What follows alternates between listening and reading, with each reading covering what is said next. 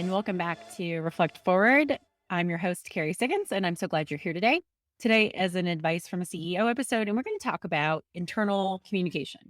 I'm going to give you 7 tips on how to improve internal communication. This is so important to have this figured out within your company.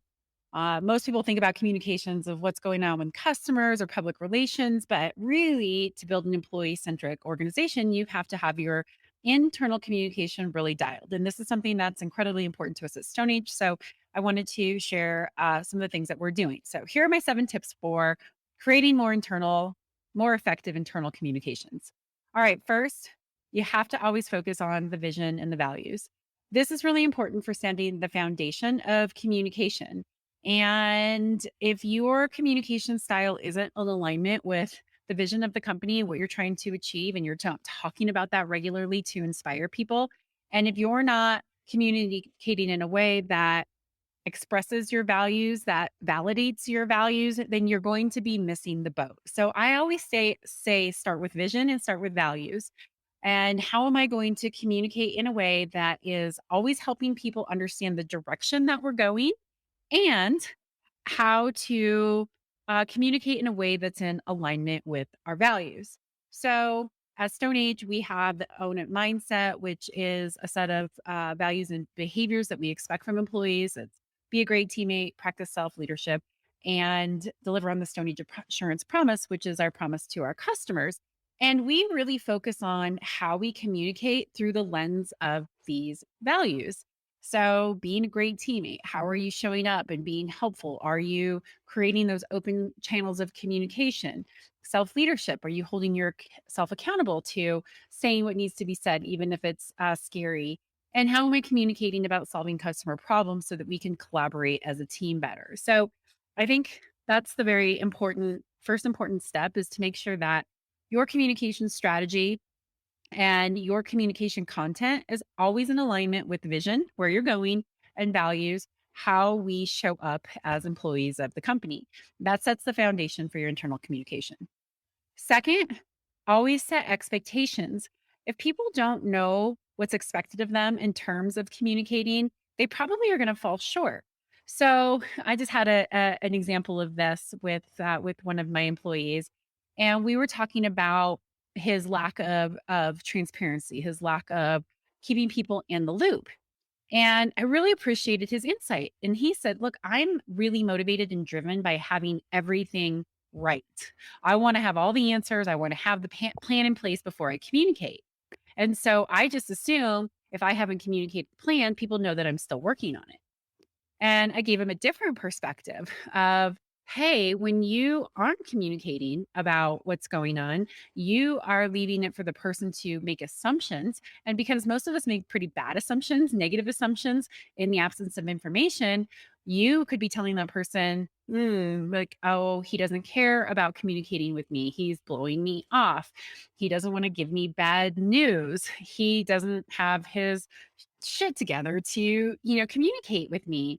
And so the advice that I gave him was it's always better to over communicate. It's always better to keep people in the loop than it is to keep them guessing about what's going on. And we had a great example come through the next day of an email with somebody with a little bit of a snarky comment about his lack of response. And it was it was him thinking, I don't have a plan and I'm not ready to communicate. And this person saying, hey, I'm just going to leave you alone since you're clearly not replying to my emails. And so it was a great example. And I really tried to set the expectation of, hey, as leaders of this company, we're going to over communicate. We're going to keep people in the loop, even if it means saying, hey, I don't have a plan ready yet. And so I can't share an update with you, but I will next week as soon as I have my plan delivered. It's always better to keep people in the loop. So that's an example of setting expectations about what communication is like.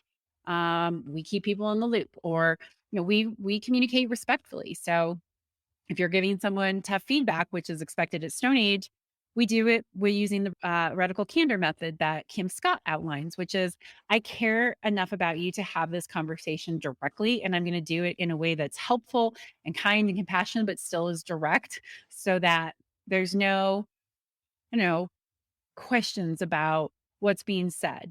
And so that's another expectation, right? Radical candor. I care enough to tell you this, and I'm going to say it directly, but it's going to be in a way that's helpful, not condescending or hurtful.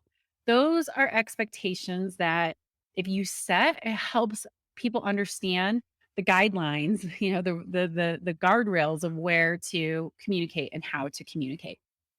Second, biggest part of communicating is listen. Listen, listen, listen, listen, listen. And so many of us are terrible at listening. We all want to just get our thoughts out about the conversation, the topic, our opinions, responding or reacting to a person. But if you want to have good, solid internal communications, you have to listen. And so, a couple of tips that I have for this is sit, listen, look a person in the eye, and think of a couple of questions that you want to be able to ask that person to show that you're listening and not thinking about that answer or your response or how you want to respond. Keep your tongue in the bottom of your mouth. If you keep your tongue in the bottom of your mouth, it's really hard to talk. This is such a good tip. One of my coaches taught me this. When you are finding yourself wanting to interrupt, wanting to speak, keep your tongue in the bottom of your mouth and listen and pay attention to what's not being said and pay attention to body language and nonverbal cues that you're getting. That's really important. And if you're not listening well, you're not going to be paying attention to those other little nuanced things that you can pick up in terms of communication that might tell you something that you weren't expecting. It might allow you to get more information because you can say, "Hey, that was an interesting look that you just had on your face. Like, what did you mean by that?" Like, you pause. What did you mean by that? That word that you used. Why did you specifically use that word? Shows that you're listening and it draws out better communication. Number 4, meet regularly. This is so important. If you do not have weekly tags with each of your direct reports, you are missing out on a great way to communicate. And if you don't have weekly meetings with your team, then you are missing out on a great way to communicate. And this is really important because people want to feel in the know. And when one person knows something and another doesn't, it creates an environment of, I don't know, people feeling like it's not a fair workplace. Actually, I'm just giving a keynote speech on why fairness matters, at least as a topic in the keynote. And a big part of that are people feeling like they're in the know. And so being able to communicate what's going on, share information, get feedback, making sure everybody's in the loop in individual one-on-one meetings and group meetings is really important, and you need to be meeting regularly.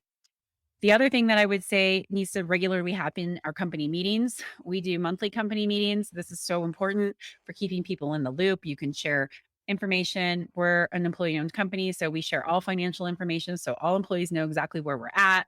We recognize departments doing cool things. We talk about major initiatives. We talk about our strategic plan. We talk about our goals. We talk about customers. It's really fun. It's a really cool aspect. So that's another way to meet regularly is having company meetings on a regular cadence. Number 5, streamline communication channels. This is so important because with all the collaboration tools that we have out there, people are like, what do I use for what? When do I use email? When do I use text message? When do I use instant message?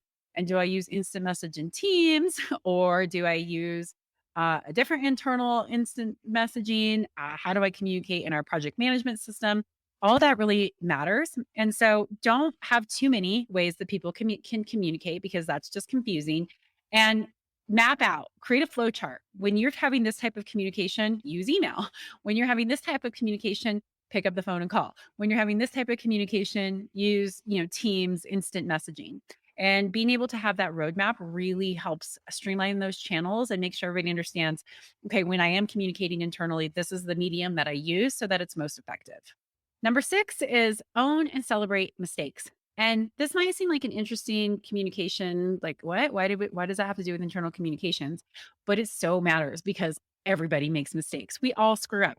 And we should. We should be taking risks and trying new things. And it's okay to make mistakes. It's not okay to make the same mistake over and over again, but we, at least at Stone Age, want people to feel like they can experiment, that they can try things, especially if it's in the name of being a better teammate, practicing self-leadership, and delivering on the Stone Age Assurance promise. And so we need to openly talk about those mistakes so that we can learn from them, we can model them, we can fix a process, and we can celebrate them because, hey, all a mistake is a way to not do something.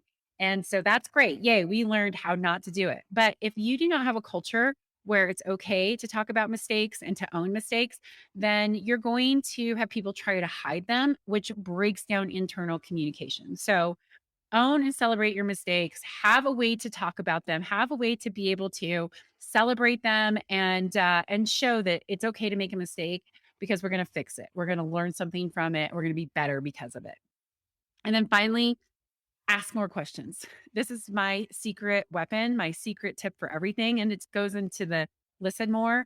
If you ask questions, it is amazing what you find out. And part of your internal communication training should be teaching people how to ask good questions. And I give this training at Stone Age every year for all of our new employees and anybody who wants a refresher. But how do you ask good questions? How do you ask it in a way that doesn't make people feel defensive?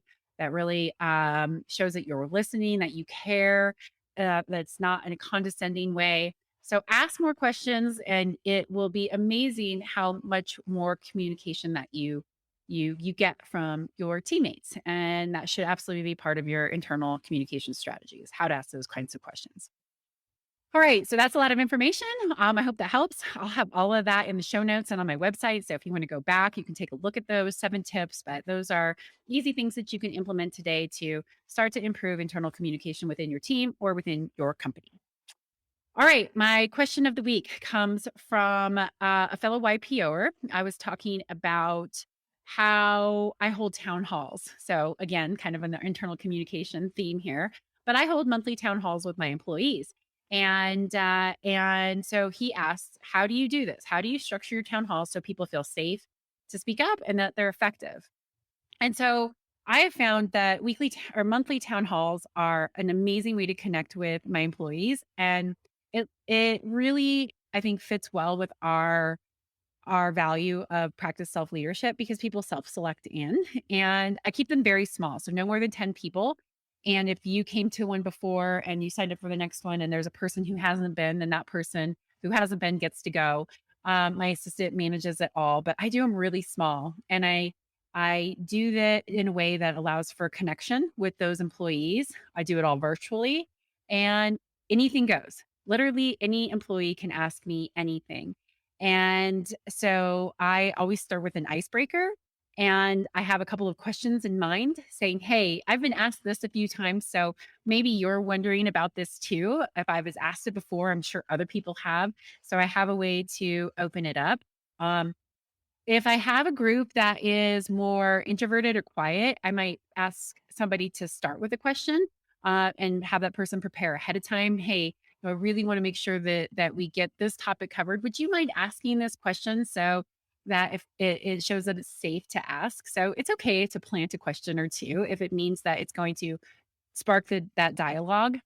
And then the most important thing to remember is that how you show up sets the tone. So I show up with a smile. I show up giving gratitude and expressing thanks and recognizing the people who took the time to join me for the town hall. And then I keep, even if the questions are tough, I try to keep my answers honest, direct, but lighthearted and share the why, but do it in a really positive way so that people feel like, okay, like that was a hard conversation, but I don't need to be scared of it. Most of us don't need to be scared of things. We just tell ourselves these stories because we don't have a way to have open dialogue with our leaders. So that's how I structure them once a month, different time zones, so that my employees in different time zones have an opportunity to do it during working hours instead of too early in the morning or too late at night. I make those adjustments. I always start with an icebreaker and expressing gratitude for specific things that individuals have done on the team. I make sure I have a couple of questions prepared, and I always answer things with positivity, honesty, transparency. And if I can't answer something, I'm just honest about it. And I found that over the years that I've done these, they've just gotten better and better. They're one of my most favorite things to do. I love connecting with small groups of people on my team. And I just think it's a really effective way to communicate. And I'm always surprised that some people don't come to them. It's just such a great way to learn information and to connect with your peers and to also have dialogue with leadership, which is important to most people. Great question. All right. That's it for today. I hope that you enjoyed this Reflect Forward advice from a CEO. And I look forward to hosting you next week when I have another fantastic interview. And if you like this podcast, please write a review, rate it, subscribe to it, share it with a friend. That always helps with the algorithms. And I appreciate it very much. Thanks so much. Have a great day. See you next week.